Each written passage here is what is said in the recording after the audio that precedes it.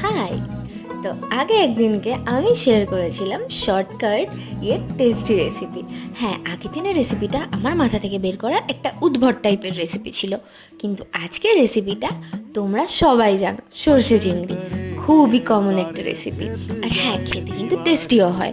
যদিও এইটা এরকমভাবে রান্না করার থেকে ভাপা বানালে খেতে অনেক বেশি টেস্টি লাগে, বাট আমার কাছে ভাপা বানানোর মতন প্রপার অ্যারেঞ্জমেন্ট ছিল না, তাই এরকমভাবে বানানো।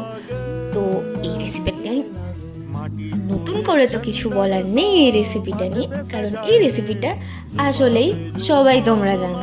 বাট একটা ব্যাপার কি বলো তো, রান্না করা একটা আর্ট, একটা ভালো লাগা।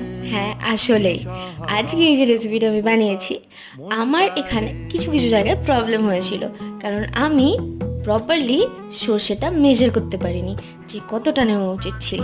হ্যাঁ, আমার মনে হয়েছে এই ক্ষেত্রে কালো সর্ষেটা একটুখানি কম নিলে বেটার হতো। আর হ্যাঁ, দেখো ভিডিওতে আমি একটা জায়গাতে একটুখানি জল অ্যাড করেছিলাম, সেইটাও হয়তো উচিত হয়নি। জলটা অ্যাড না করে একটুখানি কষাতে হতো এইটা, যদিও খুব একটা খেতে খারাপ কিন্তু হয়নি।